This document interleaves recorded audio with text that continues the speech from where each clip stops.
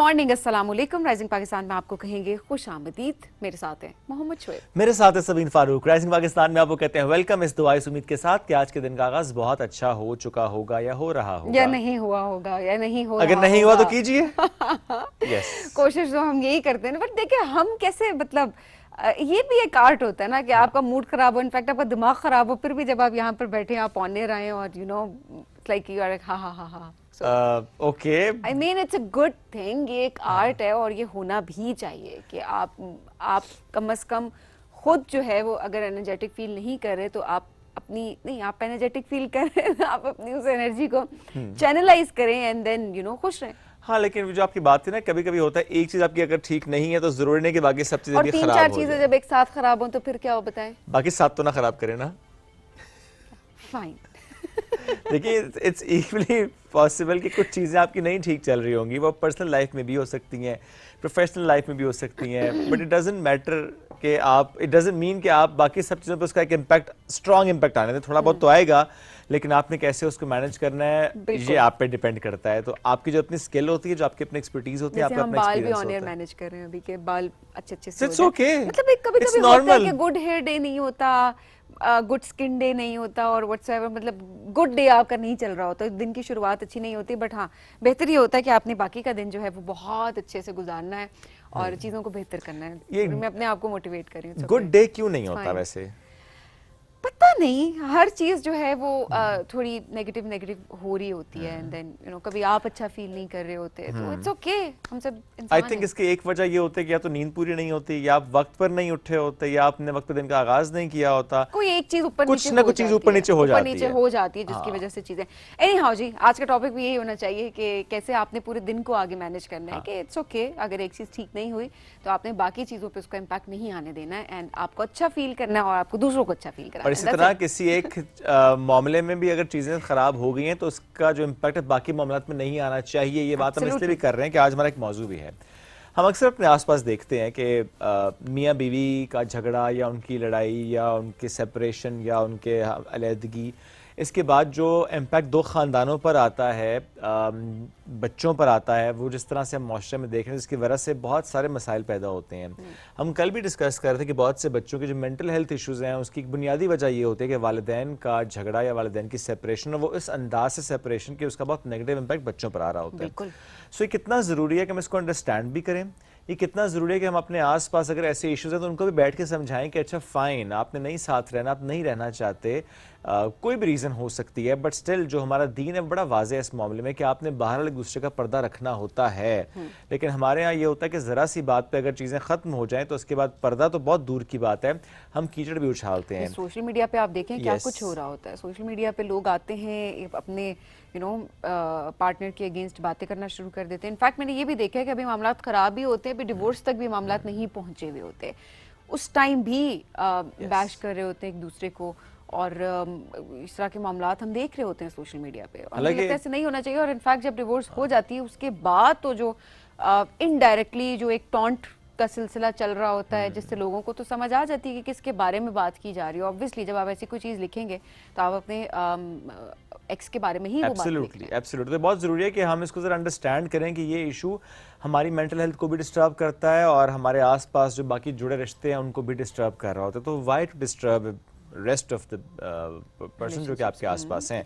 आज इस मौजूद में गुफ्तगू भी करेंगे और इसमें कवानीन किस तरह से बन रहे हैं, कवानीन का इतलाक़ किस तरीके से हो रहा है, चीज़ें बेहतर किस तरह से हो रही हैं, फैमिली कोर्ट्स में किस तरह से इसको सुलझाया जा रहा है, ये बहुत इंपॉर्टेंट है। आज इस मौजूद में गुफ्तगू करने के लिए हमें ज्वाइन किया है सिदरा सिद्दोज़ई साहिबा ने, माहिर वकील हैं, उनको हम शामिल गुफ्तगू करेंगे। वेलकम करते हैं। अस्सलाम वालेकुम जी, कैसी हैं Sidra?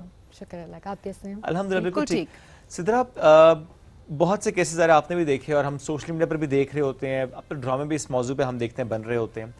What do you think, चीज़ें बेहतर हुई हैं? लोग थोड़ा अंडरस्टैंड कर रहे हैं कि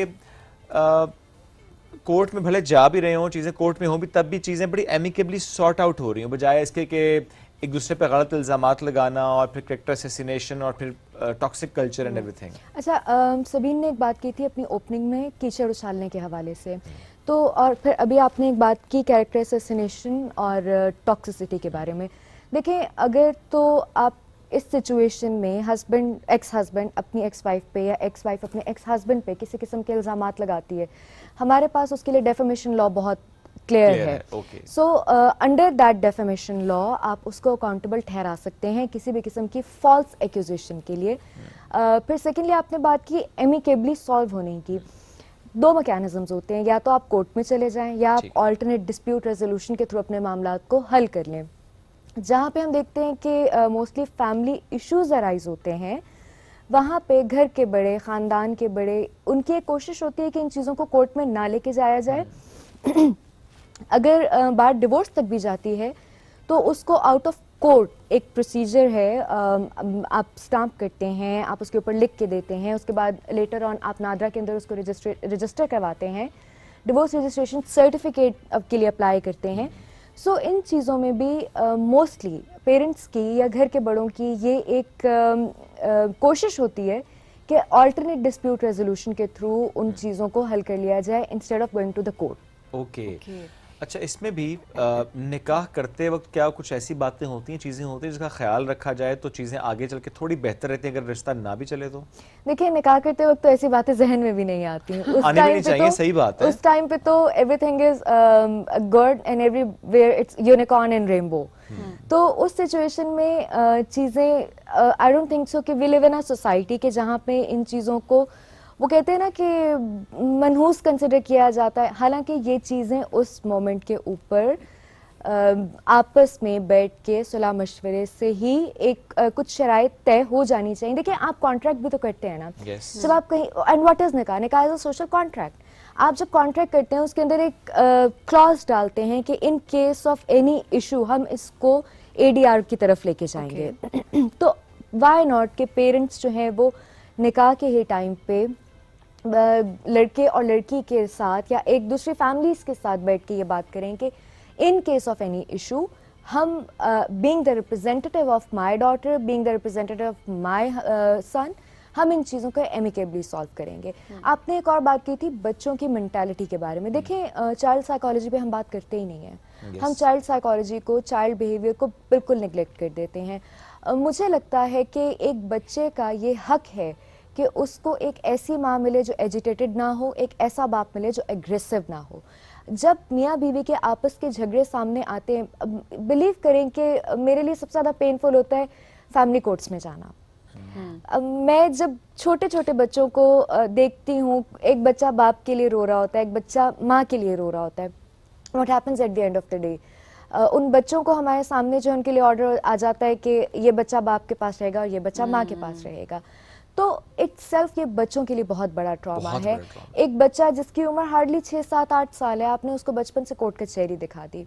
सो पेरेंट्स के लिए अगर आपकी नहीं बन रही, on a very good note, आप you can part your ways. लेकिन उस सिचुएशन में भी that is the last option. आपने दीन की बात की थी, खुला का हक औरत को अल्लाह ताला ने दिया है, तलाक का हक मर्द को अल्लाह ताला ने दिया है। आपके मुस्लिम फैमिली लॉ ऑर्डिनेंस 1961 जो है वो इन दोनों राइट्स को और इसके अलावा डेलीगेशन ऑफ डिवोर्स के राइट को भी रिकग्नाइज करते हैं। डेलीगेशन ऑफ डिवोर्स का मतलब ये है, जिसको हम उर्दू में आसान अल्फाज में तलाक तफवीज़ कहते हैं, कि ये हक मर्द का है लेकिन मर्द अपनी तलाक का हक औरत को डेलीगेट कर रहा है। यानी कि ओरिजिनली वो हक बिलोंग करता था मर्द के साथ, अपनी पावर्स को या अपने उस हक को औरत को डेलीगेट कर दिया जाता है। अगर आप लोग निकाहनामा पढ़ें तो निकाहनामा के कॉलम नंबर 19 से 21 तक इन चीज़ों के बारे में कैटेगोरिकली लिखा हुआ है कि आया मर्द ने औरत को तलाक का हक तफवीज़ किया है। सो वहाँ पे अगर लेटर ऑन भी बहुत सारे लोग जो है वो बाद में रजिस्ट्रेशन के बाद या उस मोमेंट पे शायद उस तरीके से वो डेलीगेट नहीं करते। और इसकी रीज़न क्या है कि आपको इन दैट सिचुएशन, अगर आपकी सिचुएशन वर्स्ट हो जाती है तो डिवोर्स के लिए कोर्ट में ना जाना पड़े। ओके। अच्छा, वैसे को पेरेंटिंग भी तो एक बहुत बेस्ट ऑप्शन है कि आपने कस्टडी एक को दूसरे को दे दी, तो प्रॉब्ली अगर दूसरे शहरों में नहीं होते पेरेंट्स, और इनफैक्ट अगर दूसरे शहरों में भी होते हैं, तो को पेरेंटिंग तो एक सबसे बेस्ट ऑप्शन है, बजाय इसके कि कोर्स में जो हालात आप देख रही होती हैं जाके, जैसे सिचुएशंस हो जाती हैं और वाकई जो वीडियोस कुछ हमारे सामने आती हैं सोशल मीडिया पे, दिल दहला देने वाली होती हैं। लेकिन सबीन, को parenting is the best option. लेकिन उस सिचुएशन में होता ये है कि अगर बच्चा माँ के पास है तो वो कानों में जहर भर रही है बाप के खिलाफ। अगर बच्चा बाप के पास है तो वो ये कानों प्रॉब्लम में है सबसे जहर, बड़ी। ये हमारे माशरे की बुराई है कि बाप के पास है तो वो कानों में जहर भर रहा है माँ के खिलाफ। और हम दिन में कितने केसेस ऐसे देखते हैं कि अगर बच्चे हैं तो और वो पेरेंट्स के में से किसी भी एक के पास रह रहे हैं तो नेचुरली अट्रैक्शन दूसरे पेरेंट की ज़्यादा होती है। ऐसी सिचुएशन में बहुत बेहतर होता है कि हफ्ते के कुछ दिन रख लिए जाएं। फॉर एग्जांपल अगर बच्चा माँ के पास है तो ओवर द वीकेंड बाप इस चीज पे ड्यूटी बाउंड होता है कि वो बच्चे को लेकर जाएगा ही। अगर वीकडेज में बच्चा बाप के पास है तो माँ बच्चे को लेकर जाएगी। लेकिन अगेन एक और सिचुएशन अराइज होती है उसके अंदर, पहले 1, 2, 3, 4 महीने चीजें बिल्कुल ठीक रहती हैं, बाद में कोई एक पेरेंट जो जरा लेस रिस्पॉन्सिबिलिटी होल्डर होता है वो बैक ऑफ करना शुरू कर देता है। अगेन देखें, दूसरी शादी हर इंसान का हक है। अब उस सिचुएशन में या तो आपकी स्टेप मदर या स्टेप फादर वो आपके पहले बच्चे को एक्सेप्ट नहीं करते, वहां पे चीजें और ज्यादा खराब होना शुरू हो जाती हैं। अगर बाप है तो वो मेंटेनेंस नहीं देता बच्चे की, माँ को तो डिवोर्स होगी लेकिन बच्चे की मेंटेनेंस तो ताहयात उससे देनी है जब तक बच्चा एज ऑफ मेजॉरिटी अटेन नहीं कर लेता, विच इज 18। लेकिन एज ऑफ मेजॉरिटी अटेन करने के बाद भी एक बच्चा अपनी यूनिवर्सिटी की फीस तो अफोर्ड नहीं कर सकता, एक बच्चा अपने लिए खाने का, पीने का, घर में रहने का बंदोबस्त तो नहीं कर सकता जब तक वो इंडिपेंडेंट नहीं होता, स्पेशली पाकिस्तानी कॉन्टेक्स्ट में हम देखते हैं। सो इस सिचुएशन में भी अगर बाप है तो वो बैक ऑफ हो जाएगा, या स्टेप मदर है तो वो इस इशू को रेस करके कि अब हमारे अपने बच्चे हो गए हैं, वो बच्चा वहीं रहने। और अगर माँ अपने बच्चे को रख रही है तो भाइयों का, फैमिली का प्रेशर होता है कि तुमने दूसरी शादी करनी है, कब तक अकेली रहोगी। सो इस किस्म की इमोशनल ब्लैकमेलिंग जिसको मैं कहूँगी, उस सिचुएशन में बच्चे का क्या कसूर है? सही बात है। ऐसे में सदर हमने बहुत से ऐसे केसेस देखे जहाँ पर खवातीन दूसरी शादी नहीं कर रही होती हैं जस्ट बिकॉज ऑफ दिस कि वो उन्होंने बच्चे को संभालना है, बच्चे को पालना है, बाप रिस्पॉन्सिबिलिटी नहीं उठा रहा। बहुत से केसेस हमने आसपास देखे हैं, वो फिर सिंगल मदर के तौर पर उस बच्चे को रेस कर रही होती हैं, बाप का पता ही नहीं होता वो कहाँ है। मेंटेनेंस तो बहुत दूर की बात है, पता ही नहीं है वो कहाँ है। वो चले गए हैं, वो शिफ्ट हो गए हैं, आपको पता ही नहीं है। कल को आपने जब आईडी कार्ड बनवाना होगा, आपने पासपोर्ट बनवाना होगा, आपने ट्रेवल करवाना होगा, उसमें शराइत होती हैं। बिल्कुल ऐसा ही है। सो आपने किसी की जिंदगी तो खराब की है, सो की है, आपने उस बच्चे की जिंदगी भी खराब कर दी जिसमें आपकी जिम्मेदारी थी कि आप उसकी सारी डॉक्यूमेंटेशन में अपना पार्ट प्ले करते। ऐसे केसेस में खवातीन क्या करती हैं और क्या कर सकती हैं? ऐसे सिचुएशन हमारे लिए बहुत ज्यादा वर्स्ट और ट्रिकी होते हैं क्योंकि हमारे पास ऐसे नेशनल लॉज भी इन चीजों के ऊपर बहुत ज्यादा साइलेंट हैं। मेरे पास रिसेंटली एक केस आया जिसके अंदर एक खातून है, उसके 3 बेटे हैं और जो उस खातून का शौहर है उसने दूसरी शादी कर ली और ये शो करते हुए कि मैं तो कमारा हूँ, और वर्बली डिवोर्स दे दिया, डिवोर्स भी डॉक्यूमेंट नहीं करवाया, and now he is in Germany. अब इस सिचुएशन में उस औरत के पास इस चीज का भी कोई एविडेंस मौजूद नहीं है कि ये आदमी दूसरा निकाह कर चुका है। दूसरा निकाह करने की सूरत में उसके ऊपर पोलीगैमी लॉज अप्लाई होते हैं और उन पोलीगैमी लॉज को अप्लाई करते हुए मिनिमम 6 मंथ्स की इम्प्रिजनमेंट है, क्योंकि उसने औरत के कंसेंट के बगैर शादी की थी। अब वो औरत वर्बल डिवोर्स लेके, क्योंकि उसके पास तो डिवोर्स का कोई एविडेंस भी नहीं है, वो रजिस्टर कहाँ पे करवाएगी? सो इन सिचुएशन में हमारे पास लॉ की रिफॉर्मेशन का एक बहुत बड़ा गैप मौजूद है और लॉ को रिफॉर्म होने की जरूरत है। ये बड़े हाँ सिद्रा, इसमें एक पॉइंट ये भी ज़रूर क्लियर कीजिएगा कि अक्सर हमने कुछ केसेस देखे हैं जिसमें बस मर्द चले जाते हैं दूसरे मुल्क और निकाह में होती है औरत, बस चले जाते हैं और उसके बाद वो डिवोर्स भी नहीं दे रहे होते। और इनफैक्ट मैंने कुछ लड़कियों को, खवातीन को देखा है जिनको पता ही नहीं है कि उनका शौहर किधर है क्योंकि वो राब्ते में ही नहीं है। ऐसे में कानून हमारा क्या कहता है? उस निकाह को ख़त्म किस तरीके से किया जा सकता है या उसको कैसे औरत प्रोसीड? देखिए, उस सिचुएशन में सबीन आपके पास जो बेस्ट ऑप्शन है वो है खुला। जो हमारे पास मैक्सिम ऑफ लॉ मौजूद है वो कहता है काजी can step into the shoes of husband and pronounce खुला। क्योंकि खुला औरत का राइट है और उसके लिए मर्द की मर्जी का शामिल होना ज़रूरी नहीं है। देखिए, जब मैं इसको इस्लामिक कॉन्टेक्स्ट में बात करती हूँ तो नबी पाक के पास जब एक सहाबिया आई थी और उन्होंने कहा था कि मैं, हज़रत ज़ैद बिन हारिस की वाइफ आई थी, कि मैं ज़ैद से तलाक लेना चाहती हूँ क्योंकि मुझे उनकी शक्ल पसंद नहीं है। तो इस सिचुएशन में उनकी खुला हो गई थी। सो खुला के लिए आपको किसी किस्म की रीजनिंग, किसी किस्म की आपको ये भी बताने की जरूरत नहीं है कि आप क्यों लेना चाहते हैं, बिकॉज वो अथॉरिटी अल्लाह ताला ने आपको दे दी है being a woman, and by virtue of being a woman आप उसको जब एक्सरसाइज करना चाहती हैं तो you don't have to give any justification कि मैं ये खुला क्यों लेना चाहती हूँ। इस सिचुएशन में जो बात आपने की, ऑब्वियसली मेहर की अदायगी क्योंकि मर्द तो चला गया और औरत उसके निकाह में थी।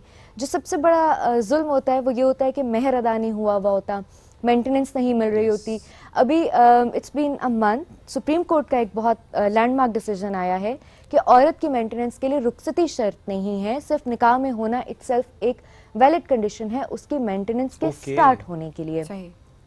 पहले जिस तरीके से लोग कहते थे कि सिर्फ उस सिचुएशन में मेंटेनेंस मिलेगी कि औरत जो है वो मर्द के घर रह रही है या रुखसती हो गई है उसके साथ जाके रह रही है, लेकिन as per new decision of Supreme Court, और मैं किसी हायर कोर्ट की, प्रोविंशियल कोर्ट्स की बात नहीं कर रही, द सुप्रीम अथॉरिटी, उससे ये डिसीजन आ जाना औरत के लिए एक बहुत बड़ा सेफ्टी पॉइंट है। ओके अच्छा, इसमें भी गोल्ड को लेकर बहुत सी डिफरेंट राय लोगों की होती है। कुछ लड़कियों के घर वाले कहते हैं कि आप निकाह करते हुए लिख कर दें कि गोल्ड जो है वो लड़की का है। लड़के के घर वाले कहते हैं कि हम लिख कर नहीं देते, लेकिन ये है तो लड़की, क्योंकि हमने गिफ्ट दे दिया है, बस जो दे दिया वो लड़की का ही है, not just this gold, otherwise जो बाकी गिफ्ट्स दिए जा रहे होते हैं। किसी भी रिश्ते के ख़त्म होते ही फिर ये चीज़ें भी शुरू हो जाती हैं, हमने आपको ये दिया था वापस कर दीजिए, गोल्ड भी वापस कर दें, फलानी चीज़ भी वापस कर दें। इस पे हमारा लॉ क्या कहता है? देखिए, आपने at the time of marriage या even at the time of engagement अपने फियांसे या अपनी बीवी को और इवन योर मेल पार्टनर कुछ भी दिया है, चाहे वो एक टिश्यू पेपर है या फिर वो ताजमहल है, ठीक है, वो वापस नहीं होता। ओके हमारे पास लॉ बहुत क्लियर है कि गिफ्ट यानी हिबा, जो चीज हिबा कर दी गई है वो किसी सूरत में वापस नहीं होगी, चाहे वो 5 लाख का फोन ही है, जो वो मर्जी चीज़ है, कुछ भी है। चीज़ है। So starting from a tissue paper and ending at the Taj Mahal, आप वो वापस नहीं मांग सकते। ओके। और चाहे वो लिखा हुआ है या लिखा हुआ चाहे वो नहीं, ओरली आपने किसी को गिफ्ट किया है, चाहे डॉक्यूमेंटेड है, Okay. चाहे वो फ्यूचर प्रॉमिस के ऊपर डिपेंडेंट है, तो वो वापस नहीं होगा। बिकॉज फ्यूचर प्रॉमिस के ऊपर भी मेरी कमेटी निकलेगी तो वो कमेटी तुम्हारी, एग्जाम्पल, ठीक है, या मेरा प्लॉट बिकेगा और किसी का प्लॉट बिकेगा, कमीशन आएगा, वो कमीशन तुम्हारा। मीनवाइल अगर इन लोगों के दरमियान में सेपरेशन हो जाती है, फ्यूचर प्रॉमिस के ऊपर भी अगर कंटिजेंट है तो वो even the contingency is there, condition is there, वो वापस नहीं होगा। ओके मतलब कि तो बहुत सारी चीज़ें मेरा ख्याल है वैसे भी क्लियर होती हैं, कुछ एथिकली भी होती हैं, आई मीन, और कुछ ज़ाहिर है कानून में भी बहुत ज़्यादा क्लैरिटी दे दी गई है, बट इतनी चीज़ें जिनको हम इग्नोर कर रहे होते हैं, हमारे बेसिक राइट्स, हमें उनका पता ही नहीं है। सोशल मीडिया पे अब एक चीज़ में कुछ अच्छी देख रही थी कि कुछ लॉयर्स हैं जो कि बहुत बेसिक राइट्स के बारे में अब बताते हैं, छोटी छोटी वीडियोस बना रहे होते हैं। इनफैक्ट अगर कोई नींद से आपको डिस्टर्ब कर रहा है तो आप क्या कर सकते हैं, ऑल दैट ये बता। अपेरेंटली तो ये बड़ी फनी चीजें लग रही होती है ना कि कानून का मजाक एंड ऑल दैट। नहीं, देखिए आपके पास जो हम जब प्रोफेशनल लाइफ की बात करते हैं, आई मीन मैं अपने जूनियर्स को या मेरा कोई सीनियर, मेरा कोई बॉस मुझे आफ्टर माय ऑफिस आवर्स वो मुझे काम नहीं कह सकते।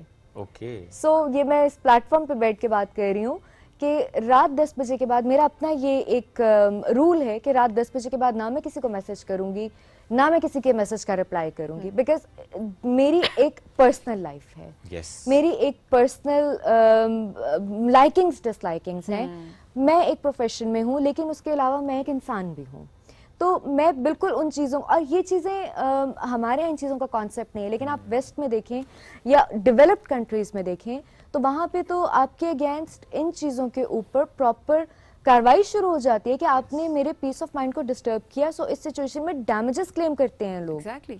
और यहाँ पे हम वो मरवत कह लें, शर्म कह लें, हम कॉल भी उठा लेते हैं और लैपटॉप भी खोल के बैठ जाते हैं, बट दैट इज, क्योंकि इशू ये होता है कि हमारे यहाँ मसला ये है कि हमें डर लग जाता है कि बॉस हमें टफ टाइम देगा या देगी, या बॉस हमें निकाल देगा या देगी। वो डर की रीजन ये है कि मुझे मेरे हकूक नहीं पता कि मैं इसके अगेंस्ट अपने कौन से राइट्स को एक्सरसाइज कर सकती हूँ। मेरे बॉस को ये नहीं पता कि इसके अगेंस्ट उस पे क्या पेनल्टी पड़ सकती है।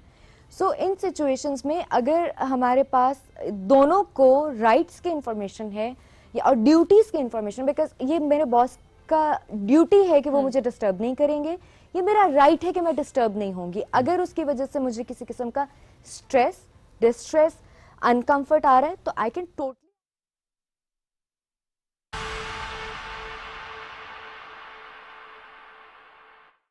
अक्सर जो है वो बीमारी बहुत पहले से बॉडी में मौजूद होती है और लोग बहुत सारे सिम्टम्स से उनको इग्नोर कर रहे होते हैं।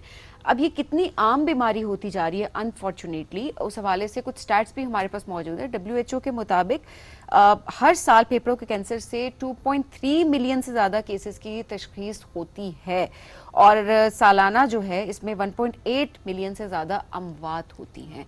और कैंसर से मुतालिक जब हम अमवात की बात करते हैं तो हर 5 में से जो एक शख्स होता है वो फेफड़ों के कैंसर से उसकी डेथ होती है, वो फेफड़ों से कैंसर का शिकार होता है। हम बहुत सारी बीमारियां उनको हम सर पे सवार कर लेते हैं अक्सर कि ये हो गया वो हो गया। कोविड से मुतल्लिक भी जब हम बात कर रहे थे या और कोई बीमारी आम हो जाती है, लेकिन कैंसर्स की जब बात होती है तो लोगों के अंदर अवेयरनेस ही नहीं है, उनको सेंसिटाइज ही नहीं किया जाता कि उन्होंने अपना ख्याल किस तरीके से रखना है, ऐसा कौन सा लाइफस्टाइल है, ऐसी कौन सी हैबिट्स हैं जो कि इस तरफ लेकर जाती हैं। तो आज इस हवाले से बात करते हैं।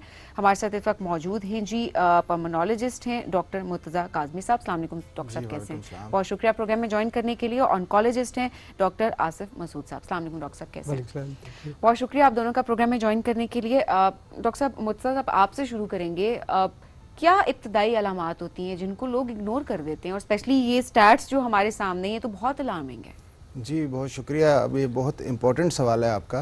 देखें, इसमें जो ये lung cancer month, awareness month मनाया जाता है, इसका मकसद ही ये है कि हम लोगों को ये अवेयरनेस दें कि बहुत सारा जो लंग कैंसर अर्ली स्टेज पे होता है वो अलामात नहीं कर रहा होता। यही हमारे लिए मेडिकल साइंस में एक चैलेंज है कि early stage lung cancer symptom नहीं होते, तो उसमें कैसे आपने जो है इसका चेकअप कराना है और वो कौन से लोग हैं जो इस रिस्क पर हैं। तो इसमें सबसे इम्पोर्टेंट है स्मोकर्स, जो कि एक हैवी स्मोकिंग हिस्ट्री है जिनकी, और एक ख़ास एज ब्रैकेट में आते हैं, यानी कि 45 इयर्स प्लस जो है लोग, वो इसमें स्मोकिंग की हिस्ट्री के साथ बहुत रिस्क पर हैं। तो उनको हम ये एडवाइस करते हैं कि वो अगर आपको सिम्टम्स नहीं भी हैं, कोई अलामात नहीं है, आप फिर भी रिस्क पर हैं, तो आपने अपना एनुअल चेकअप करवाना है, पल्मोनोलॉजिस्ट को दिखाएं और एनुअल चेकअप कराएं। लेकिन जो अलामात की आप बात कर रहे हैं, कोई भी ऐसी खांसी जो कि 3 हफ्ते से ज़्यादा रह रही है और ठीक नहीं हो रही, तो उसको आप ज़रूर दिखाएं। सांस का फूलना, वज़न का गिरना, खांसी में खून का आना, ये ऐसी अलामात हैं जो कि कैंसर की तरफ इशारा करती हैं। ज़रूरी नहीं है कि जिसको ये अलामात हो वो कैंसर ही हो, लेकिन ये आपको इग्नोर नहीं करनी, आपको ज़रूर दिखाना। ये सिम्टम्स थोड़े से टीबी से भी तो मिलते जुलते हैं, शायद ये भी लोग इग्नोर कर देते हैं या डायग्नोज नहीं कर पाते। जी बिल्कुल ऐसा ही है। ये सिम्टम्स जो हैं टीबी में भी हो सकते हैं, किसी आम इन्फेक्शन में भी हो सकते हैं। तो ये बताने का मकसद भी ये है कि अगर ये सिम्टम्स हैं तो आपने एकदम ये भी अलार्म नहीं हो जाना या इस डर के मारे ही आप डॉक्टर के पास ना जाएं कि जी ये मैं गया तो कैंसर डायग्नोज हो जाएगा। ये भी बहुत एक कॉमन वजह है जो हमारे लोग इग्नोर करते हैं। तो ये कोई किसी भी बीमारी के सिम्टम्स हो सकते हैं फेफड़ों की, लेकिन कैंसर की तरफ भी यही चीज़ें इशारा करती हैं। तो आप इग्नोर ना करें और अर्ली चेकअप कराएं। क्या इसमें वेपिंग, ई सिगरेट्स और इवन फ़ज़ाई आलूदगी, स्मॉग, ये भी कंट्रीब्यूटिंग फैक्टर्स होते हैं? जी, कैंसर में देखें सबसे कॉमन तो जैसे मैंने जिक्र किया कि स्मोकिंग है, लेकिन उसके अलावा जो पोल्यूशन है जिसमें एयर पार्टिकुलेट मैटर जो होता है वो भी एक नॉन रिस्क फैक्टर है कैंसर डेवलपमेंट का। तो जो लोग बहुत ज़्यादा पोल्यूटेड एरियाज़ में रहते हैं वो इस रिस्क पर होते हैं। फिर वेपिंग का आपने जिक्र किया है या शीशा है, देखिए कोई भी चीज़ जो लंग को डैमेज कर रही है, और ये एक बहुत मिसकंसेप्शन है कि वेपिंग जो है वो हार्मलेस है। वेपिंग बिल्कुल हार्मलेस नहीं है, उसके जो केमिकल्स हैं वो भी लंग्स में डैमेज करते हैं। तो कोई भी चीज़ जो लंग में डैमेज करेगी इनडायरेक्टली वो कैंसर का रिस्क फैक्टर बनेगी। और हम क्योंकि वेपिंग के तो कंसिडर ही नहीं करते, स्मोकिंग फैशन बनाया हुआ, फैशन है, कहीं पर भी है जी वेप करें। और सबसे ज़्यादा ख़तरनाक चीज़ क्या है, खुद तो कर रहे हैं आप स्मोकिंग, दूसरे जो नहीं नॉन स्मोकर्स हैं आप वो भी पैसिव स्मोकिंग कर रहे हैं, तो ये कितनी एक अलार्मिंग चीज़ है। डॉक्टर आसिफ, क्या बेसिक टेस्ट होते हैं जिससे पता चल सकता है कि हाँ ये बीमारी कैंसर बन सकती है आगे जाके फेफड़ों का, या फिर कैंसर मौजूद है बॉडी में? देखिए, सबसे पहले तो जिस तरह पेशेंट आता है, जैसे डॉक्टर साहब ने बताया कि ऐसी कफ है जो प्रोलॉन्ग कफ है, ठीक नहीं हो रही है, या कोई सांस का प्रॉब्लम हो रहा है, तो जो मेन सबसे पहले आपको एक्सरे किया जाता है। एक्सरे एक इमेजिंग है बेसिकली, उसमें आपको आइडिया हो जाता है कि there is something in the lungs, कोई मैस है या कोई ऐसी कोई गिल्टी अंदर बनी हुई है। उसको फर्दर एलेबोरेट करने के लिए फिर एक सीटी स्कैन किया जाता है चेस्ट का। उस पर फिर आपको लोकलाइजेशन हो जाती है कि ये किस चीज़ से लग रहा है, क्या ये इन्फेक्टिव है या ये ज़्यादा लग रहा है कि ये मलिग्नेंट लग रहा है।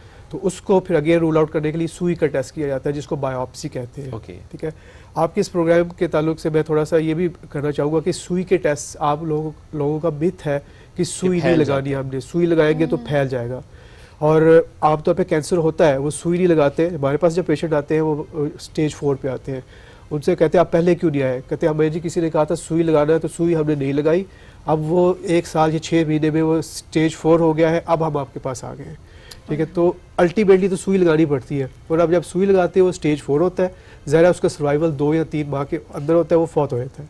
जब पेशेंट फौत होता है वही कहते हैं, वही मिथ अगेन बनती है कि जी सुई लगाई थी, जब तक सुई नहीं लगाई थी वो ठीक चल रहा था, अब सुई लगाई है तो वो पेशेंट चला गया। तो ये काइंडली इस मिथ से हमने निकलना है बाहर। इसमें जो अर्ली डायग्नोसिस है वो तो बहुत इंपॉर्टेंट हुआ फिर, क्योंकि आपने कहा स्टेज 4 पे जब आएंगे तो फिर ऑलरेडी 2-3 महीने का टाइम ही रह जाता है उस स्टेज पे पहुंचने के बाद। सो अर्ली डायग्नोसिस में क्या पल्मोनोलॉजिस्ट ही रेफर करते हैं आपके पास और फिर आप उनके टेस्ट करते हैं? जी, most of the time definitely ये जो आम सिम्टम्स होते हैं पल्मोनोलॉजिस्ट देखते हैं, वो पहले इसको डायग्नोस करते हैं फिर हमारे पास रेफर करते हैं। पाकिस्तान में इसकी सिचुएशन कैसी है? किस चीज़ की सिचुएशन? केसेस रिपोर्ट होना एंड देन उसकी तशखीस का होना, देन उसके इलाज से मुताल्लिक। अच्छा, ये भी बहुत ज़्यादा डिपेंड करता है कि आप Okay. किस सिटी में बैठे हैं, कौन से एरिया से ताल्लुक़ रखते हैं। जो छोटे हमारे सिटीज़ हैं, रूरल एरियाज़ हैं, ज़ाहिर है वहाँ बहुत सारे पेशेंट इग्नोर्ड रह जाते हैं। ठीक है। वो हकीम्स के पास जाते हैं या कह लीजिए छोटे डॉक्टर्स के पास जाते हैं जो उनको प्रॉपर एड्रेस नहीं करते। ठीक है, और उसको प्रॉपर तरीके से डायग्नोस करके एक प्रॉपर रूट के तहत आपको आगे फॉरवर्ड नहीं करते, रिकमेंडेशन नहीं देते ऑन्कोलॉजिस्ट की। मोस्ट ऑफ द टाइम क्योंकि हमारे यहाँ टीबी भी बहुत ज़्यादा है, बहुत सारे patients as a TB treat होते रहते हैं। सही। ठीक है, और जब ज़ाहिर स्टेज ज़्यादा बढ़ जाती है तो उसको पता ये तो टीबी नहीं थी, तो फिर हमारे पास फॉरवर्ड होते हैं। ये भी हमारा बहुत बड़ा डिलेमा है। और ये जाहिर सी बात है कि और वो जो स्टीरॉइड्स लिए जा रही होती हैं बीमारी को ज़्यादा बिगाड़ रही होती हैं, या वक्ती चले फ़र्क पड़ रहा होता है तो कहते हैं अच्छा वो फलाना हकीम था उससे हमें फ़र्क पड़ गया। एग्जैक्टली। ऑर्गेनिक हम बिल्कुल ऐसी बात नहीं करें कि इलाज होता ही नहीं है या वो मुमकिन नहीं है। बहुत सारे लोगों को हमने ठीक होते भी देखा है जहाँ पर वाकई जड़ी बूटियों का इस्तेमाल करके या ऑर्गेनिक प्रॉपर दवाई दी जा रही होती है। लेकिन बहुत सारी जगहों पे ऐसा फ्रॉड भी हमने देखा है जहाँ पर गलत दवाइयाँ लोगों को दी जा रही होती है, स्टीरॉयड मिक्स किया जा रहा होता है, कहते हैं जो वक्ती फ़र्क पड़ गया। जब वक्ती फ़र्क पड़ता है तो बार बार लोग वहाँ पर जा रहे होते हैं। तो बहुत इंपॉर्टेंट है कि अपने डॉक्टर को ज़रूर जाकर दिखाएं, और उसके बाद सपोर्टिंग जितनी भी चीज़ें होती हैं, जिस तरह डेंगू में हम कहते हैं अच्छा पपीता खाएं, लेकिन आप डॉक्टर के पास तो ज़रूर जाते हैं ना, और साथ साथ आप सपोर्टिंग चीज़ें फ्रूट्स वेजिटेबल्स और ऑर्गेनिक चीज़ों को ले रहे होते हैं, तो वो इंपॉर्टेंट है। डॉक्टर साहब, स्टेज 1 जो है वो कितनी आई मीन उसमें क्या सिम्टम्स सामने आ रहे होते हैं, या स्टेज 2, 3, 4 तक जाएंगे तो तभी सिम्टम्स आते हैं तो आप लोग ऑन्कोलॉजिस्ट को रेफर करते हैं? जी देखें, अर्ली स्टेज जो है ना, स्टेज 1 स्पेशली और कुछ केसेस स्टेज 2 के भी, ज़्यादातर जो हमारे पास डायग्नोस होते हैं वो एक्सीडेंटल डायग्नोसिस होता है, यानी कि किसी और मकसद के लिए स्कैन हुआ और उसमें पता चल गया कि ये तो अर्ली स्टेज पे कोई इनको गिल्टी बनी हुई है। और जैसे डॉक्टर आसिफ ने कहा, जब हमारे पास पेशेंट आता है ज़्यादातर लेट स्टेज पे आता है, उसमें तो एक्सरे में नज़र आ जाता है। लेकिन जो अर्ली स्टेज है स्टेज 1, तो वो एक्सरे में हार्डली कभी नज़र आता है। ये बहुत कोई बाई चांस है कि एक्सरे में नज़र आ जाए। इसलिए हम ये एडवोकेट करते हैं कि लो डोज CT स्कैन एक टेक्नोलॉजी है जिसमें नॉर्मल CT स्कैन के मुकाबले में 1/10 ऑफ द रेडिएशन, यानी कि बहुत ही कम रेडिएशन एक्सपोजर होता है CT स्कैन कराने में, और उसमें ये पता चल जाता है कि कोई अर्ली स्टेज का कैंसर मौजूद है या नहीं। तो जो लोग रिस्क पर हैं तो उनको लो डोज CT स्कैन हम एडवाइस करते हैं। और जो सर्वाइवल की बात कर रहे थे, जैसे आप इसमें फ़र्क इतना देखें कि जो अर्ली स्टेज में अगर कैंसर डायग्नोज हो जाता है स्टेज 1 या 2 में, तो उसका सर्वाइवल 70 to 90% तक है, क्योंकि उसका मुकम्मल क्यूरेटिव ट्रीटमेंट हो जाता है। लेकिन जब स्टेज 4 तक आ जाता है तो सर्वाइवल तकरीबन 5-6% रह जाता है। ओके, स्टेज 1, 2, 3 तक सर्वाइवल चांसेस बहुत ज़्यादा हैं। अच्छा, इसमें जो आपने कहा कि जो रिस्क जिनको ज़्यादा होता है उनको ही आप सजेस्ट करते हैं कि 1/10 ऑफ द रेडिएशन वाला CT स्कैन करवा लें। वो रिस्क फैक्टर्स या रिस्क ग्रुप वही है जो कि स्मोकिंग करता है, या अबव एज ऑफ 40 या 45 है, या ऐसे इलाके में रहता है जहाँ पे फ़ज़ाई आलूदगी ज़्यादा है? जी, वही रिस्क फैक्टर्स? जी बिल्कुल। जो स्मोकर्स हैं, फ़ज़ाई आलूदगी ज़्यादा है, या जिनमें कोई फैमिली हिस्ट्री रही है कोई कैंसर की, स्पेशली लंग कैंसर की, तो वो लोग भी, क्योंकि यहाँ ये भी मैसेज देना इंपॉर्टेंट है कि हमारे पास लंग कैंसर नॉन स्मोकर्स में भी होता है। तो अभी किसी ने स्मोकिंग नहीं की है लेकिन वो इस एज ग्रुप में है, या वो ऐसे एरिया में रहा है जहाँ पे आलूदगी ज़्यादा है, या उसको धुआं पैसिव स्मोकिंग ज़्यादा है, या बायोमास फ्यूल जो हमारे यहाँ बहुत ज़्यादा लकड़ी का धुआं लगता है, तो वो भी लोग रिस्क पर हैं। तो वो बेशक उन्होंने खुद एक्टिवली स्मोक नहीं किया, लेकिन वो भी रिस्क पर हैं। इसका मतलब है गांव में ख़वातीन जो कि लकड़ी पर खाना पकाती हैं वो भी ज़्यादा रिस्क पे हैं? जी देखें, वो बहुत ज़्यादा हमारे पास ऐसे केसेस आते हैं जिनको लंग डैमेज हुआ होता है, COPD जिसको हम कहते हैं, वो धुएं से होती है, लकड़ी के धुएं से बहुत ज़्यादा ख़वातीन को होती है।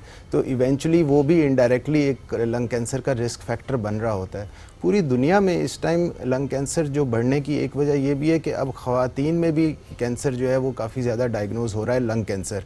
एक तो वेस्ट में ख़वातीन में स्मोकिंग का रुझान बढ़ गया है, ये भी एक वजह है, लेकिन दूसरा नॉन स्मोकर्स भी जो है वो डायग्नोज हो रहे हैं। तो उनको भी हमें जहन में रखना है कि सिर्फ वो लोग जो स्मोकिंग नहीं कर रहे वो ये ना समझें कि वो रिस्क पे नहीं है। तो screening is very important.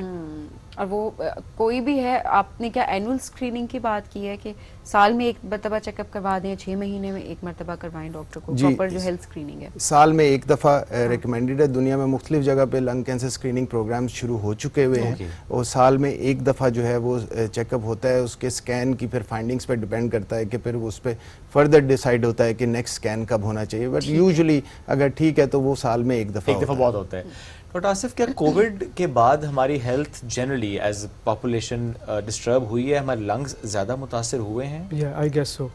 Doctor Murtaza मेरे पास बैठे हैं, ज़ाहिर है इनका कोविड का ज़्यादा एक्सपीरियंस है। मेरा ख्याल है कि अगर हम लास्ट 2-3 ईयर्स को देखें कि हमारे पास जो पेशेंट्स आते हैं ना कि उनकी इम्यूनिटी भी कम हुई है, उनके हमें लंग्स में ऐसी फाइंडिंग्स मिलती हैं जो कोविड की वजह से होते हैं। यानी वो क्या उन्हें हम कोविड के लॉन्ग टर्म सिम्टम्स कह सकते हैं? यस, हम उसको कह सकते हैं।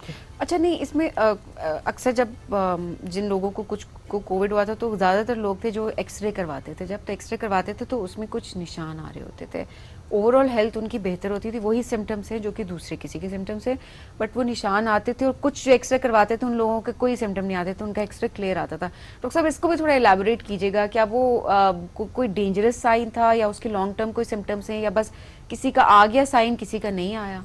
जी बिल्कुल, देखें कोविड से जनरली तो ये पिछले सवाल से ही मैं थोड़ा सा कंटिन्यू करूंगा और आपकी भी बात का आंसर करूंगा कि जनरली तो यस, हमें बहुत सारी चीज़ें जो पहले नहीं थी लोगों को वो कोविड के बाद हुई। पोस्ट कोविड एस्थमा बहुत लोगों को डायग्नोज हुआ।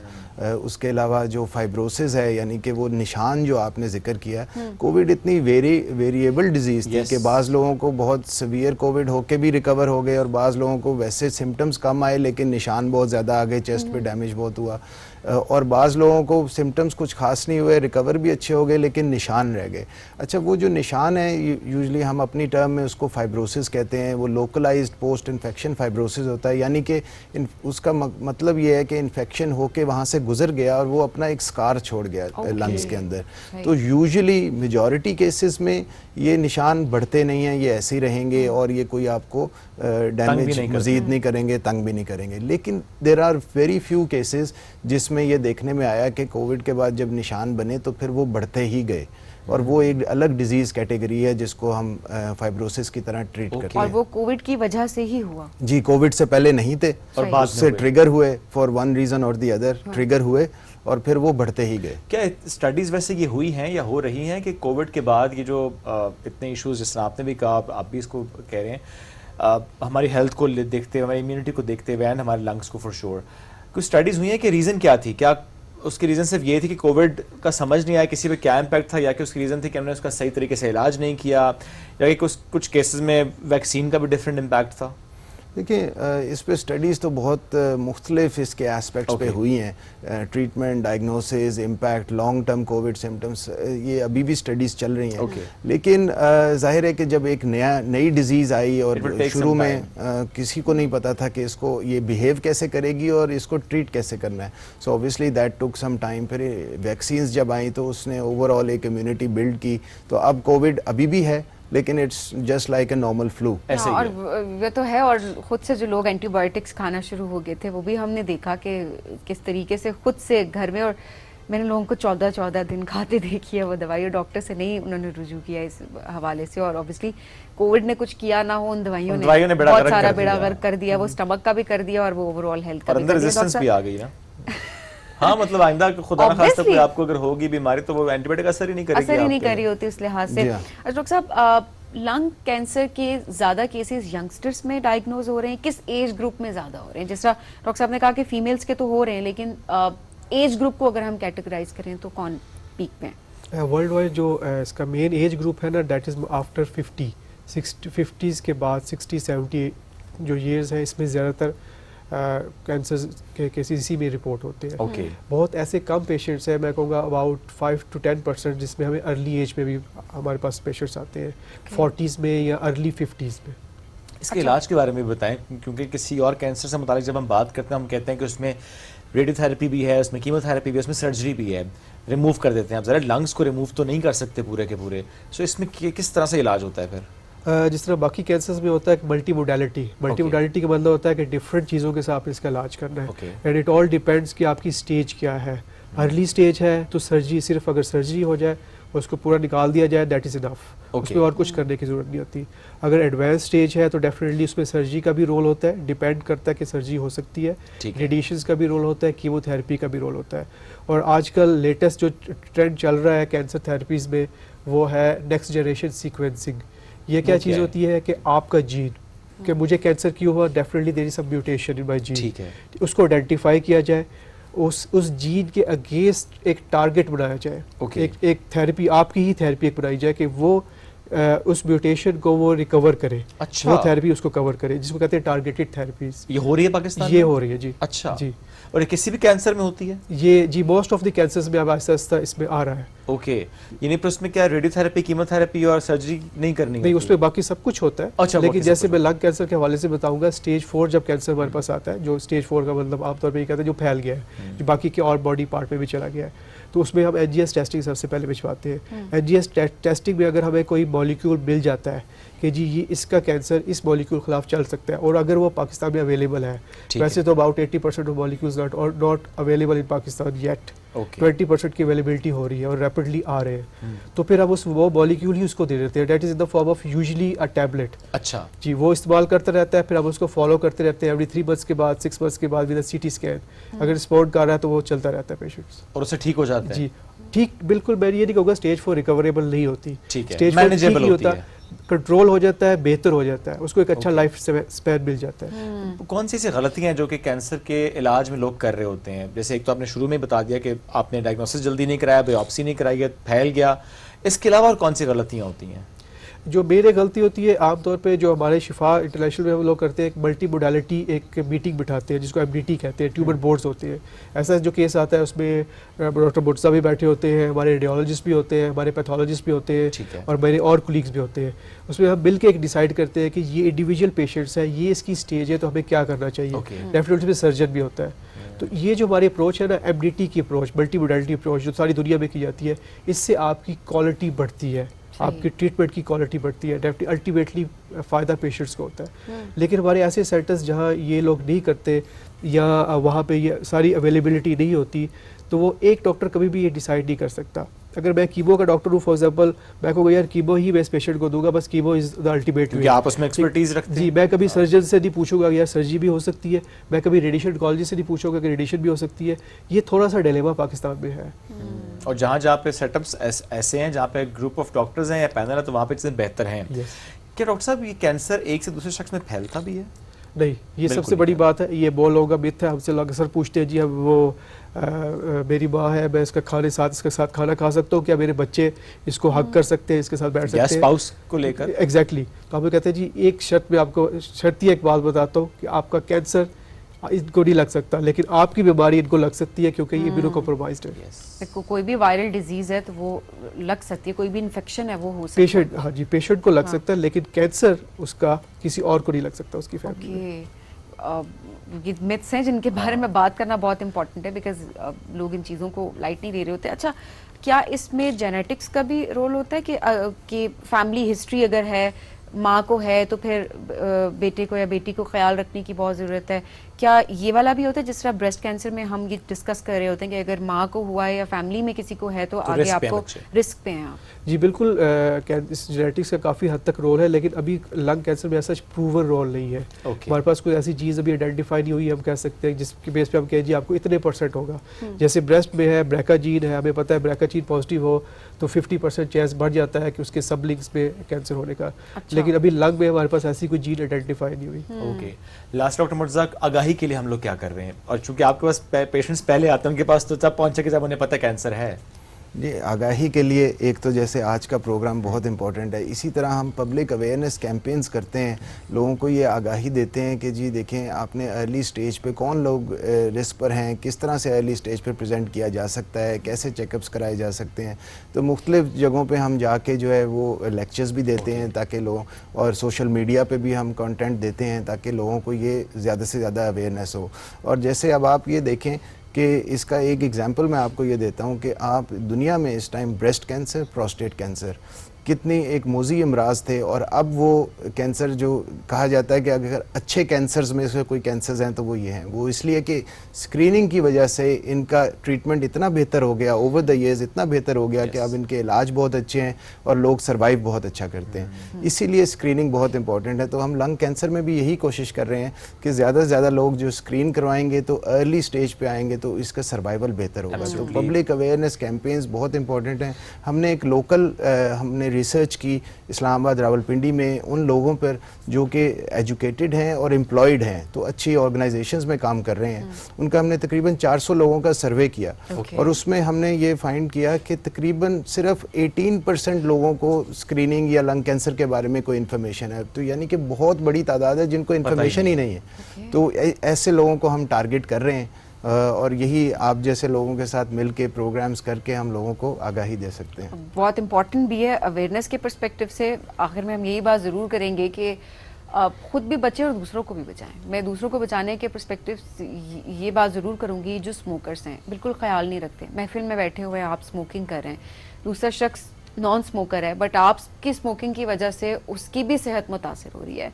और लंग कैंसर, लंग की और बहुत सारी बीमारियां जो कि आपको लग सकती हैं। सो इस चीज़ का ज़रूर ख्याल रखें। पहले तो अपनी सेहत का ख्याल रखें, दूसरी बात ये नहीं रखते ना अपनी सेहत का ख्याल मत रखें, दूसरों की सेहत का ख्याल रखें, दूसरे को नुकसान मत पहुंचाएं। डॉक्टर साहब बहुत शुक्रिया प्रोग्राम में हमें ज्वाइन करने के लिए। नाज़रीन, हम बढ़ेंगे एक ब्रेक की जानिब। Stay with us.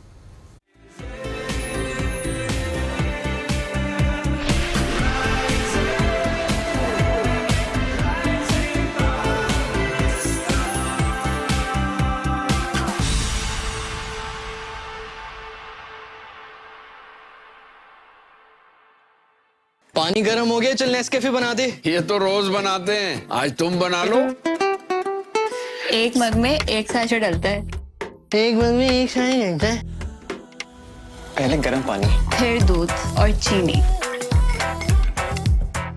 गुड यार। हाँ काफी इजी था। बाद में मग धोना भी सिखाएंगे। पहले साबुन फिर स्पंज। एग्रो यूरिया और जबरदस्त यूरिया से जीतो नई नवेली गाड़ी।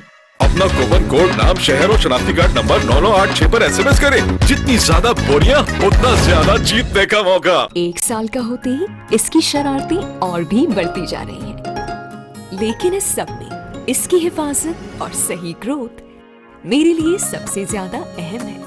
नेस्ले रिसर्च सेंटर स्विट्जरलैंड ने 1 से 3 साल के बच्चों के लिए स्पेशली डिजाइन किया नेस्ले नीडो 1+, जिसमें मौजूद इजाफी न्यूट्रिएंट जो बच्चों की इम्यूनिटी, पेट के डिफेंसेस, बोन्स और मसल्स की डेवलपमेंट को सपोर्ट करे। इसीलिए तुम्हारे हर बढ़ते कदम पर नीडो और मेरा प्यार हर पल साथ फ्रॉम नेस्ले। नई स्ट्रॉन्गर पेप्सी बहुत स्ट्रॉन्ग हो गई है भाई।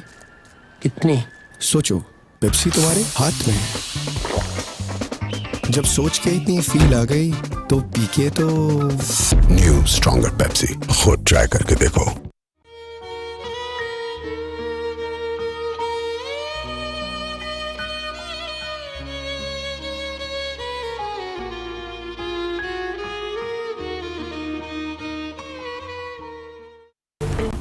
पाकिस्तानी खाने ज़बान पे लगे तो छूटते नहीं हैं, और अगर कपड़ों पे लगे तो वो कोरमे को आउट ऑफ साइट कर देगा।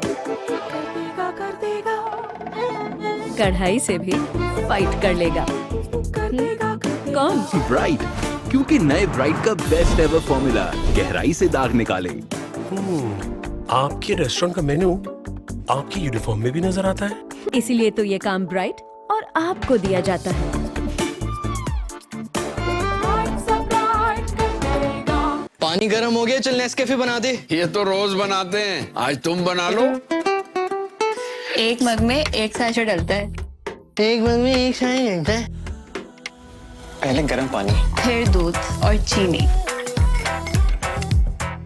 गुड यार। हाँ काफी इजी था। बाद में मग धोना भी सिखाएंगे। पहले साबुन फिर स्पंज। एग्रो यूरिया और जबरदस्त यूरिया से जीतो नई नवेली गाड़ी। अपना कूपन कोड, नाम, शहर और शनाख्ती कार्ड नंबर 9986 पर SMS करें। जितनी ज्यादा बोरियां उतना ज्यादा जीतने का मौका। भूल ये हुई है मुझसे, थोड़ा सा कुछ दिल में रह गया। क्या करो? सेट करो, खास चाय बना के तुम्हारा मूड। समझते हैं एक दूसरे को, इसीलिए बने हैं एक दूसरे के लिए। जैसे चाय को समझे सिर्फ नेस्ले एवरीडे। From Nestle. सितारा तो है, मगर थोड़ी धूल हटाने की देर। फिर देखो कैसे चमकता है। अंदाज तो बहुत अच्छा है, तो दिखा दो दुनिया को। जीत लो सबके दिल। बता दो दुनिया को सुर की ताकत। देखा, आई दिल से आवाज।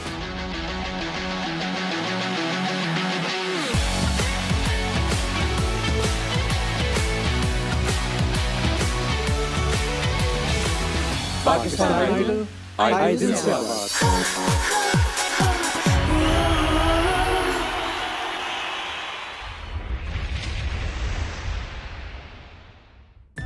EcoStar TV, your world, your way.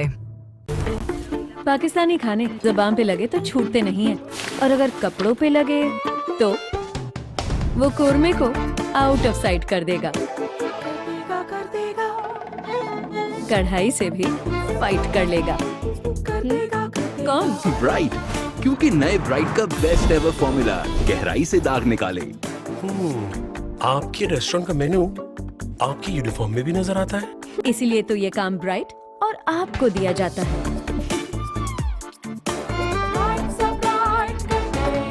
Zong के monthly social and YouTube offer से पाएं 20 GB डेटा, 500 Zong मिनट्स और 100 अदर नेटवर्क मिनट्स। सब कुछ मिले सिर्फ 500 रुपए के डिस्काउंटेड रेट में। अभी डायल करें *6001#। नई स्ट्रॉन्गर पेप्सी बहुत स्ट्रांग हो गई है भाई। कितनी? सोचो, पेप्सी तुम्हारे हाथ में। जब सोच के इतनी फील आ गई तो पी के तो न्यू स्ट्रॉन्गर पेप्सी खुद ट्राई करके देखो।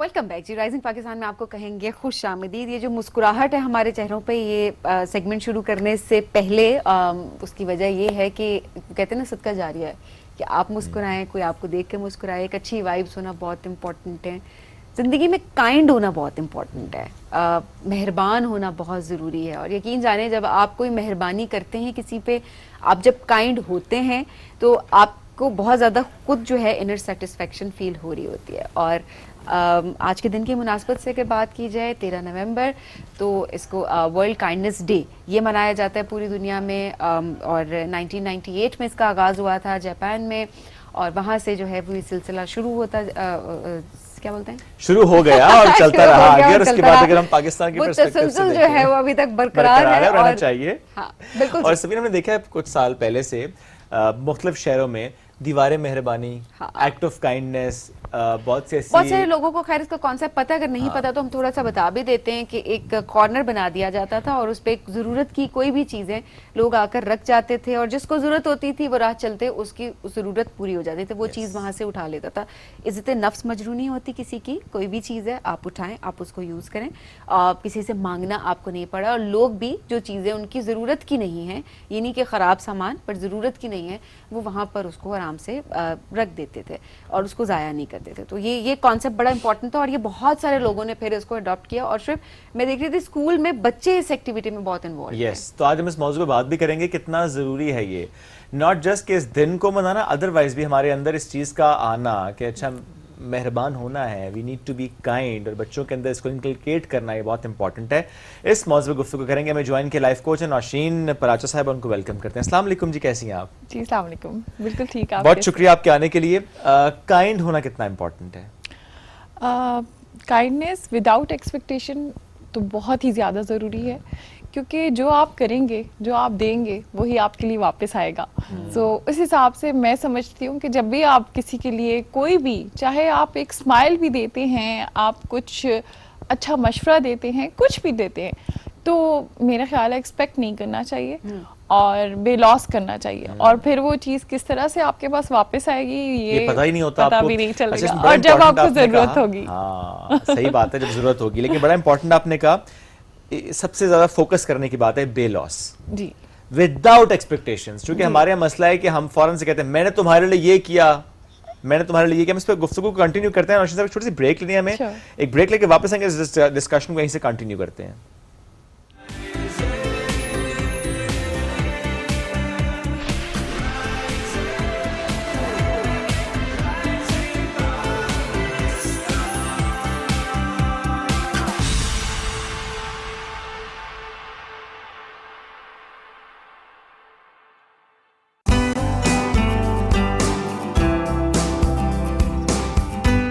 रोज एक नई सुबह, नए चेहरों, नए अंदाज के साथ।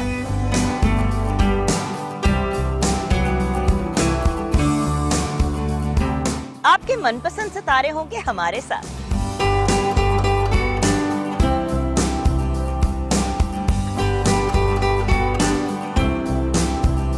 ढेरों खुशियों के साथ करेंगे हल्ला गुल्ला, मस्ती और मजाक।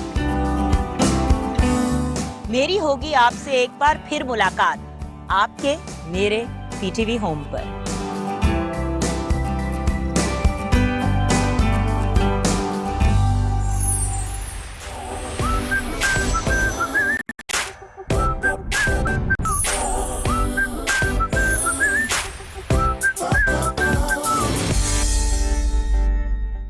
जिंदगी के लम्हात अच्छी यादों में ढल जाएं, तो इससे बेहतर और क्या बात होगी।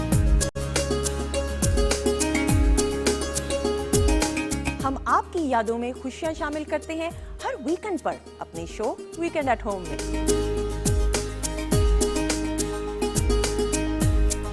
इसमें आपको सितारों की चाल से लेकर हेल्थ टिप्स, मजेदार पकवानों की रेसिपी और दीगर मुफीद मालूमात भी फराहम की जाती है।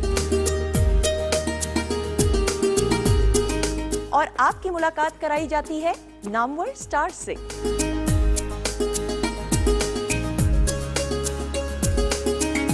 अपने लम्हों को खूबसूरत बनाने के लिए देखते रहिए वीकेंड एट होम हर हफ्ता और इतवार से पीटीवी नेटवर्क पर।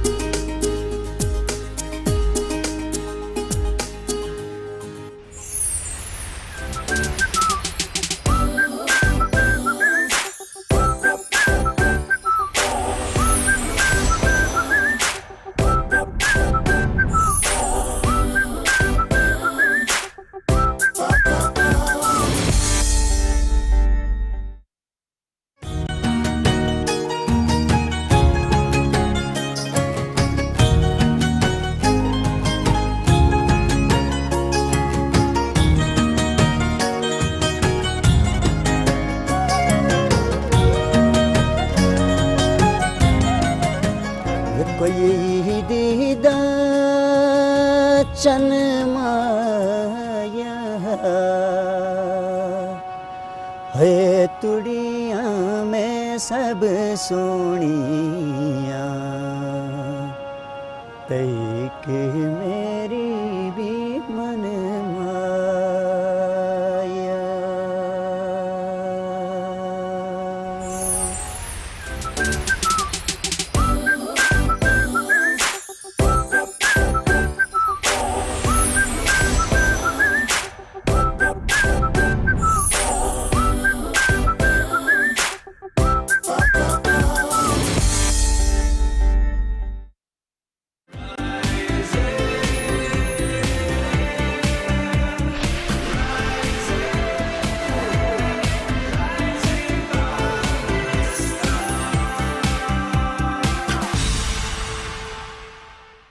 वेलकम बैक जी राइजिंग पाकिस्तान में आपको कहेंगे खुश आमदीद। गुफ्तगू को आगे बढ़ाएंगे। नौशीन पराचा साहिबा लाइफ कोच है हमारे साथ इस वक्त मौजूद है और हम बात करें वर्ल्ड काइंडनेस डे के हवाले से।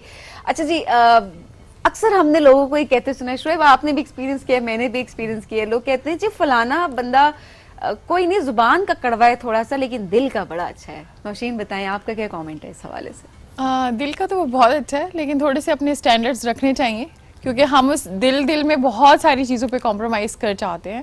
तो मेरा ख्याल है कि थोड़े से अपना एक बाउंड्री सेट करें जिससे बेशक वो दिल का अच्छा होगा लेकिन जो वो डिलीवर कर रहा है उसमें हमें क्या पता कि वो दिल में अच्छा है। ये बड़ा जरूरी है इसको अंडरस्टैंड करना कि आप जो कर रहे हैं वो आपको डिफाइन कर रहे हैं। आपका दिल आपको डिफाइन नहीं कर रहा, आपका एक्ट आपको डिफाइन कर रहा है। जी, आपके अंदर क्या है वो तो कोई नहीं जानता। जो आप दे रहे हैं आपके एक्शंस वो लाउडर होते हैं रादर देन वर्ड्स के। मुझे लगता है दिल के सारे ही अच्छे होते हैं, है ना?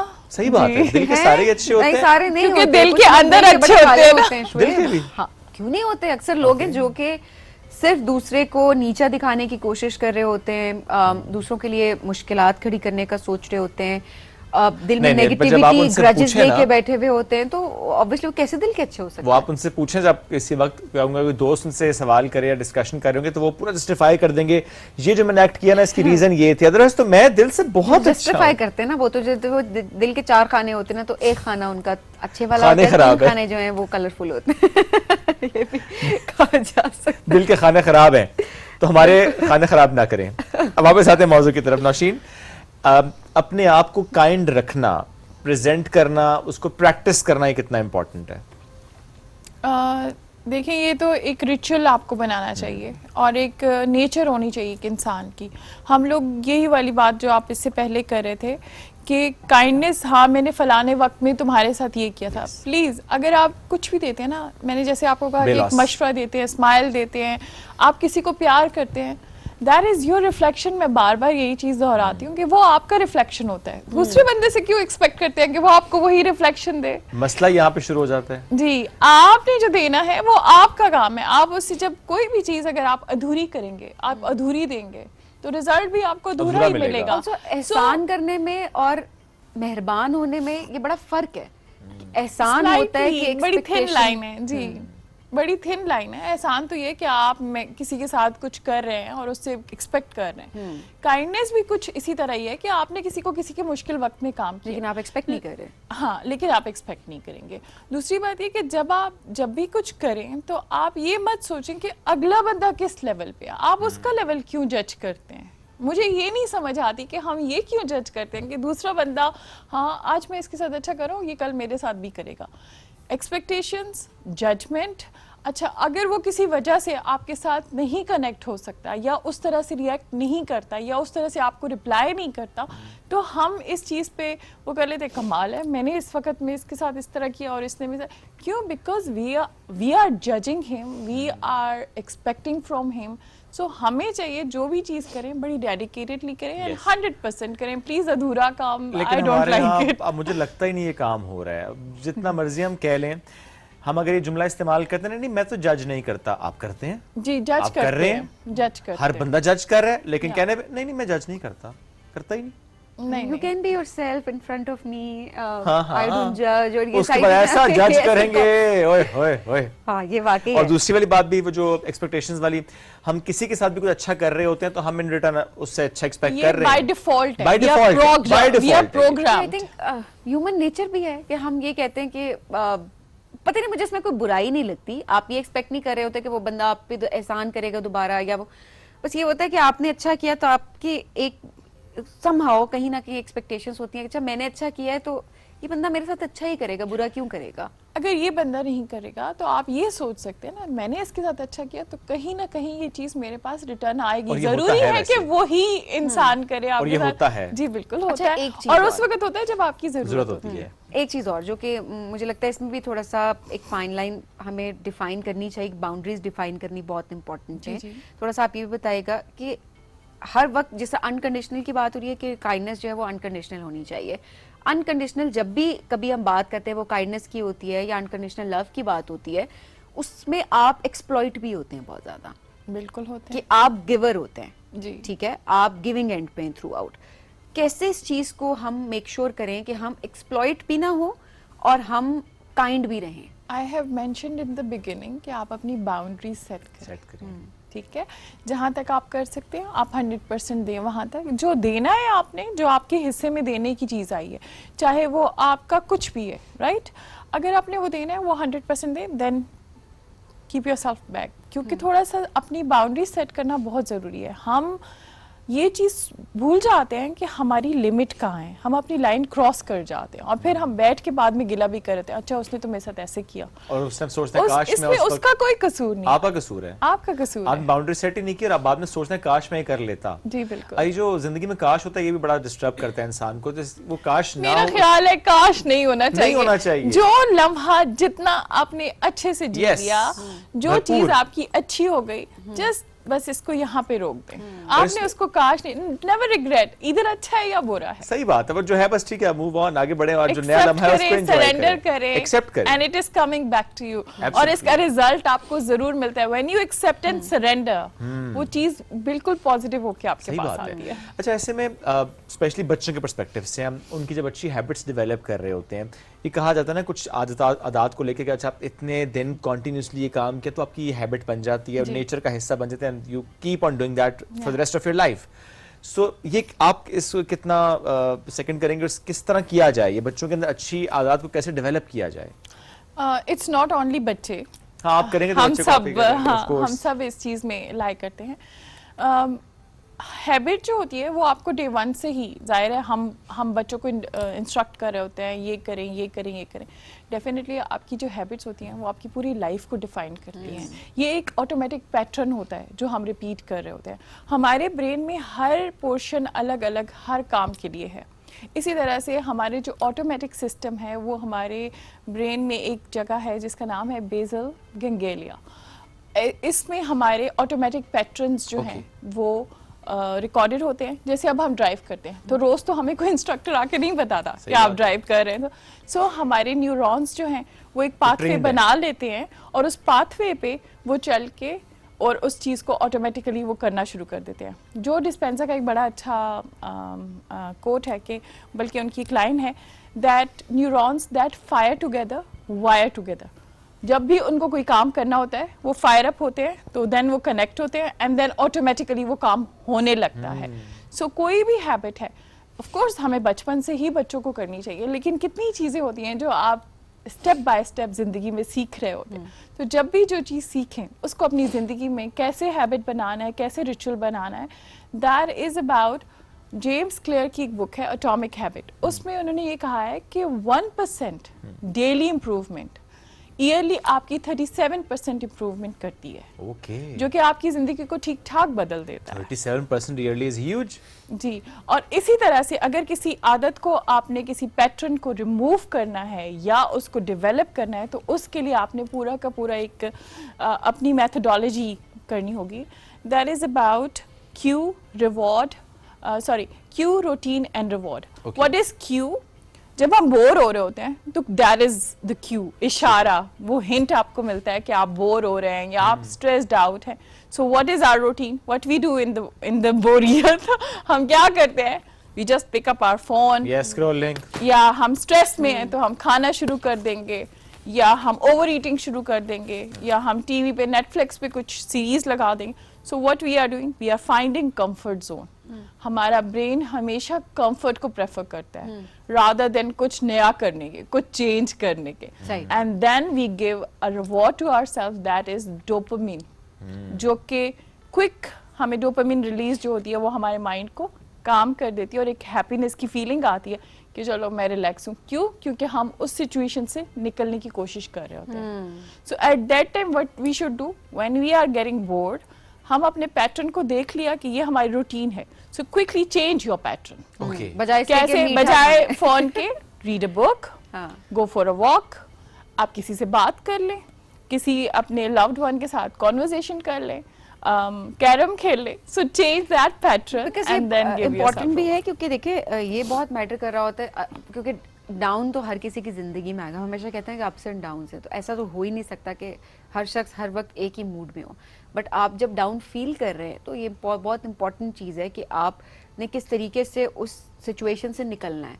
कोई बैड हैबिट्स की तरफ जाना है या फिर गुड हैबिट्स की तरफ जाना है, ये आप पे डिपेंड कर रहा होता है। अच्छा, रिलेशनशिप्स के पर्सपेक्टिव से भी जरा बात करते हैं। एक ड्रामा हम ब्रेक में भी डिस्कस कर रहे थे, नाम नहीं लेंगे, बट ऑब्वियसली कुछ ऐसे एग्जांपल्स हम देख रहे होते हैं कि काइंडनेस का एलिमेंट कहीं ना कहीं मिस हो जाता है, सर्टेन सिचुएशंस में मिस हो जाता है और बाद में जो है वो माफी तलाफी हो जाती है कि इट्स ओके, उस टाइम पर ये हुआ, गुस्सा आ गया। पार्टनर से एक दूसरे के साथ काइंड नहीं होते और वो थ्रू आउट हम देख रहे होते हैं कि एक स्ट्रेस किसी ना किसी एक पार्टनर के जहन पे सवार होता है। इसको किस तरीके से अच्छा बिल्ड करें और इससे कितना एक फैमिली लाइफ बहुत अच्छी हो सकती है? It is not only one thing, इसको 2-3 चीज़ों में मैं डिवाइड करूंगी। सबसे पहले तो हमारी बच्चियां प्रोग्राम्ड हैं, जैसे मैंने आपको कहा बिगिनिंग में कि अपने स्टैंडर्ड्स को हाई रखें और अपनी बाउंड्रीज सेट करें। तो हम अपनी बाउंड्रीज नहीं सेट करते, जिसकी वजह से बहुत ज़्यादा सफरिंग जो है वो हमाई बच्चियों की होती है।